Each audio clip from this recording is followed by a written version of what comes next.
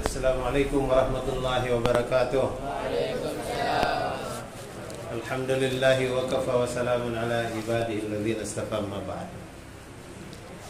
Allah turunkan agama untuk kebahagiaan manusia. Dan untuk agama ini dapat dilaksanakan dengan sempurna, maka Allah kirimkan para nabi. Nabi aihe, dakwat aihe, din aihe. Agar nabi gaya, dakwat gaya, din gaya. Understand? Selagi nabi ada, kemudian dakwah ada, maka agama akan ada. Setelah nabi pergi, dakwah pun pergi, maka agama pun pergi. Sehingga manusia kembali hidup tanpa agama. Kalau hidup tanpa agama, maka tidak akan datang kebahagiaan dari masa ke masa. Kemudian sehinggalah pada zaman yang mulia baginda Rasulullah sallallahu alaihi wasallam. Sebutkan 5 keadaan sebelum Rasulullah SAW buat usaha dakwah. Keadaan umat, keadaan manusia sebelum manusia buat usaha dakwah. Yang menjawab dengan betul 500 ringgit. Ini ada Haji Mustaqim dari Makassar akan siapkan hadiahnya 500 ringgit. 5 keadaan umat sebelum dakwah. Ayo. Apa? Ayo. Apa keadaan umat? 500 ringgit. Zalim, ya. Terus apa lagi? Tamak, apa lagi? Satu orang sebutkan 5. 500 ringgit. Ayo. Tambah lagi 1000 ringgit. Ini Haji Mustaqim siapkan hadiahnya dari Makassar. Dia jual lembu untuk kasih hadiah kepada kalian.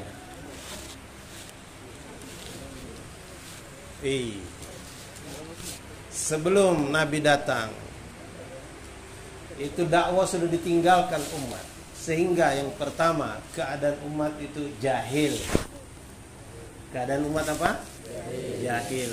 Zamannya pun disebut zaman jahiliyah. Itu satu keadaan umat. Kedua, keadaannya degil. Paham degil? Beadab, tak beradab, biadab. Orang Pakistan katakan ba'adab, ba nasib, beadab, be nasib. Kya, mirsab? Sahih? Ba'adab, ba nasib, beadab, be nasib. Kalau punya adab, dapat bagian. Tak punya adab, tak dapat bagian. Itu keadaan umat yang kedua. Keadaan umat yang ketiga, musuhan. Anak musuh kepada orang tua musuh kepada anak, tetangga musuh dengan tetangga, jiran musuh dengan jiran. Ini keadaan umat. Keempat, keadaannya perang. Satu orang saling bunuh satu sama lain. Perang antar suku, perang antar kabilah, perang antar bangsa. Dan yang kelima, miskin. Ya. Berapa tadi? 5 keadaan umat sebelum dakwah.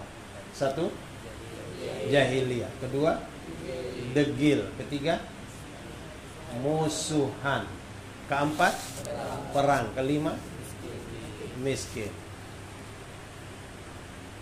Tapi setelah Nabi buat dakwah, maka yang jahil berubah jadi alim, yang degil berubah menjadi beradab, yang musuhan berubah menjadi kasih sayang, yang perang berubah menjadi damai, yang miskin berubah jadi kaya raya. Jadi kalau ingin mengatasi masalah ekonomi, dengan dakwah. Dengan dakwah iman akan datang. Dengan mujahadah iman akan kuat. Dengan hijrah maka iman akan tersebar. Bersedia insyaallah? Kalian nih masih muda-muda, ada kesempatan untuk belajar agama dengan sungguh-sungguh. Belajar adab seperti yang diajarkan Rasulullah. Ada perjalanan itu penting.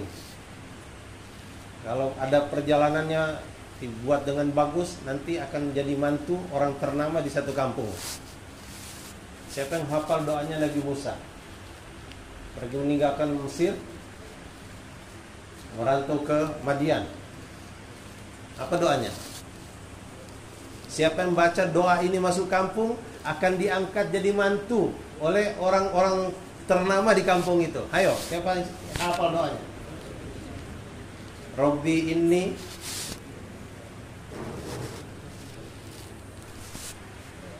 baca. Jangan malu. Ayo, hafiz Quran. Robbi inni lima anzalta.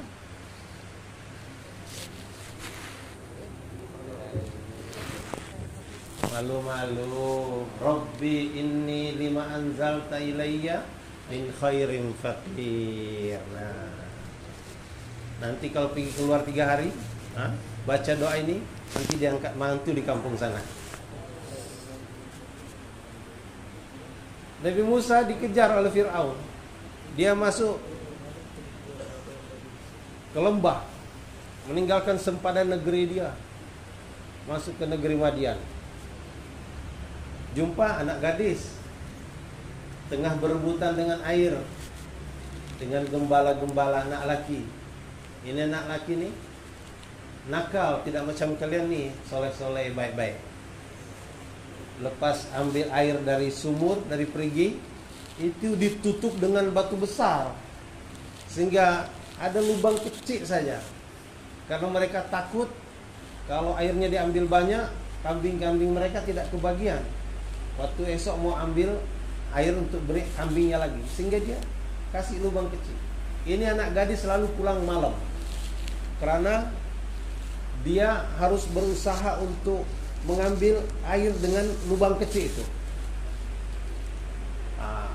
Gembala lelaki sudah pulang. Nabi Musa melihat ada anak gadis bersusah supaya ambil air, maka dia datang mendekati sumur itu. Kemudian dia angkat batunya. Makam the Bionic Man, $6 million man. Dia angkat batu itu. Itu anak gadis melihat Musa alaihissalam mengangkat batu dengan tangannya. Itu dia bilang, wow, keren, strong man. Terpesona anak gadis ini. Maka segera dia ambil air, dia bagi minum kambingnya. Kemudian dia pulang cepat. Ayahnya heran, kok kenapa anak gadis saya cepat pulang? Kenapa kalian cepat pulang?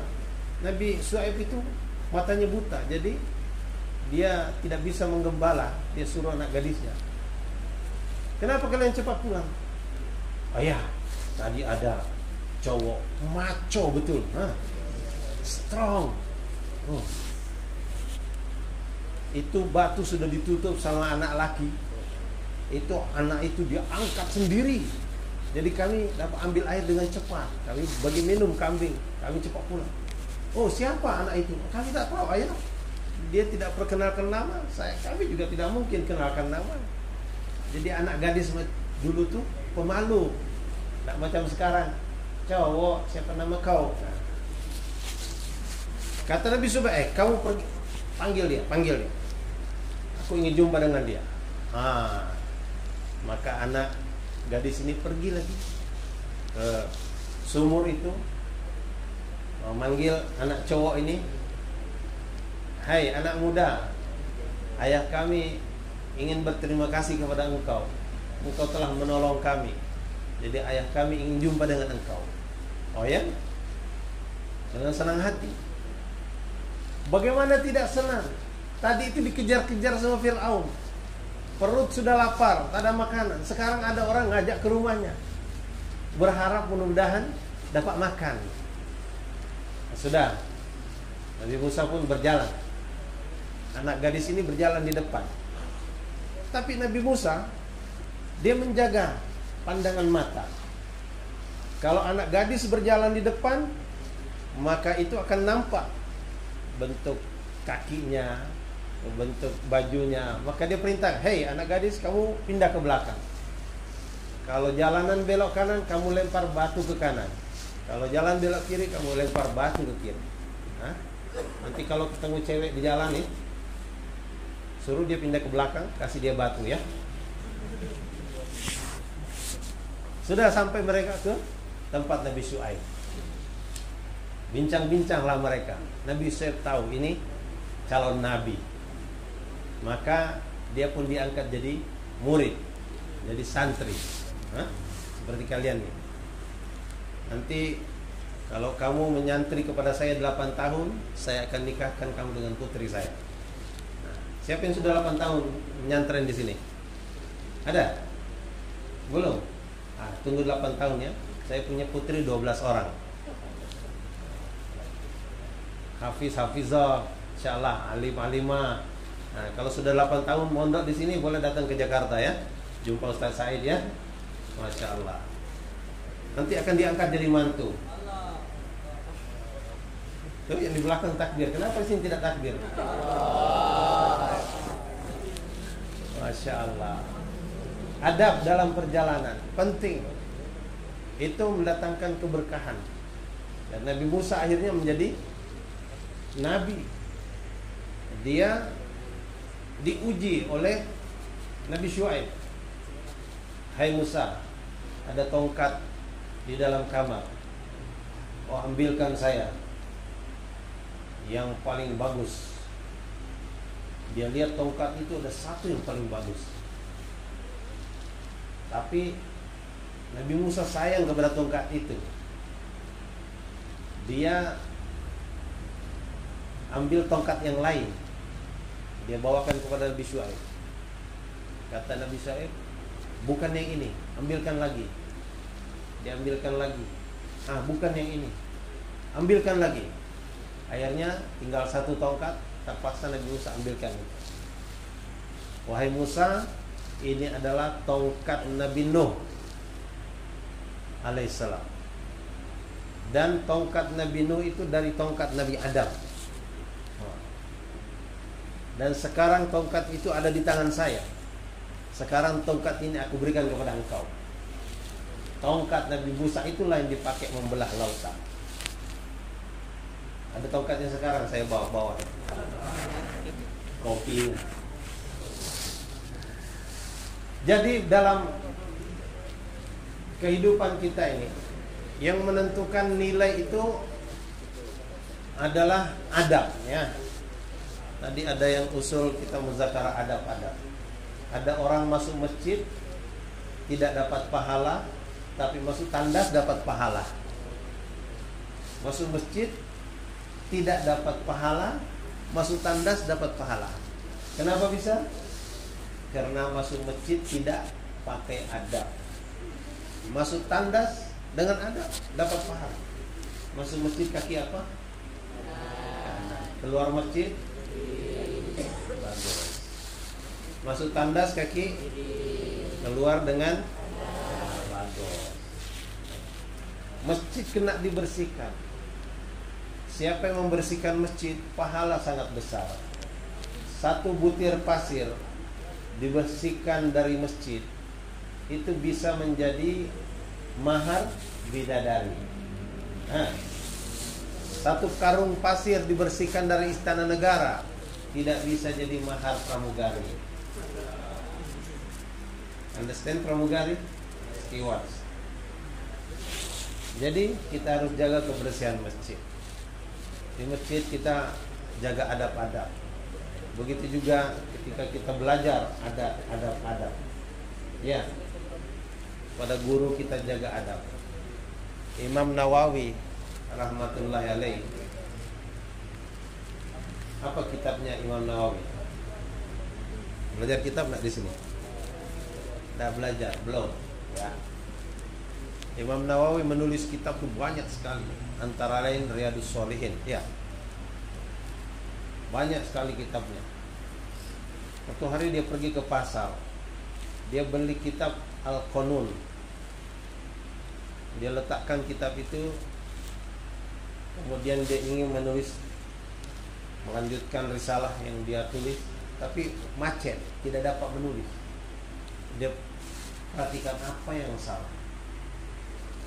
Tengah malam dia bangun tahajud, subuh dia bangun sholat berjamaah, zikir, kemudian isyraq, duha, semua dikerjakan. Apa yang salah? Ini mau ambil pena dengan kertas, tak dapat melanjutkan tulisan. Jadi dia nampak kitab yang dia beli di pasar, dia ambil, dia buka sebentar, kemudian letakkan di bawah. Begitu letak di bawah, dia ambil pena, dia tulis lancar. Oh, ternyata kitab Al-Qanun yang dia beli di pasar, dia letakkan berdampingan dengan kitab-kitab agama yang dia tulis, membuat ilham itu macet.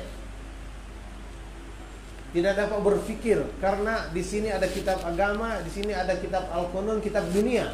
Diletakkan berdampingan dalam satu rak. Itu membuat dia tidak dapat berpikir, tidak dapat melanjutkan menulis. Hanya meletakkan kitab bercampur-campur, kitab dunia dengan kitab agama, membuat ilham tidak berjalan dengan baik. Karena itu, coba perhatikan Al-Quran kalian, jangan campur-campurkan dengan buku silat, kungfu, atau buku primbon, buku ramalan negara Kartagama. Jadi buku agama dipisah. Hanya gara-gara menyamakan kitab itu selevel, maka ilham terputus. Kalau mau ilhamnya tidak terputus, hafalannya lancar, harus dengan adab. Begitu juga dalam rumah, dalam keluarga, semua ada adab-adabnya. Insyaallah kalau kita menjaga adab ini, maka Allah akan